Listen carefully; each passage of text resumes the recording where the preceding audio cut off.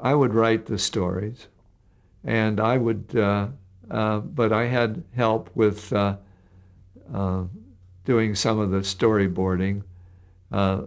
Jerry Ray was a big help in doing some of the drawing, and Joe Curtin was very helpful in coming up with gags and so on. So it was a case of you would have you only were dealing with a 5-minute episode, so we wouldn't be that hard to come up with getting our characters out of one bad mess and into another.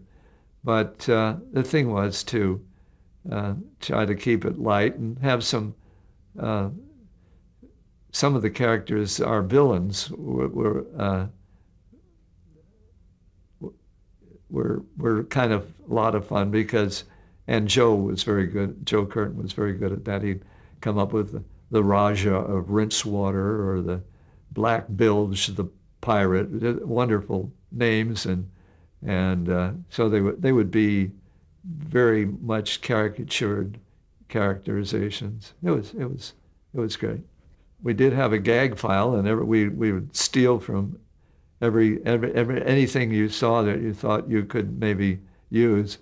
But a lot of the humor was more in the storytelling. It was more verbal humor than slapstick, because we couldn't afford slapstick.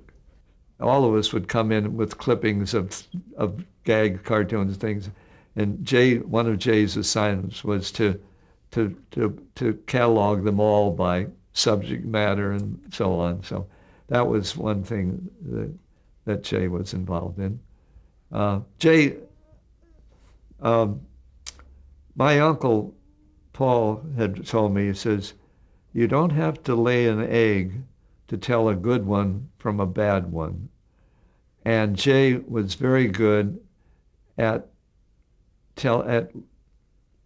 knowing what would work and what wouldn't work. And so Jay was very good at grading eggs. So we'd come up with an idea, and he said, well, I think it'd be better if you try something else. He didn't try to tell you what to do.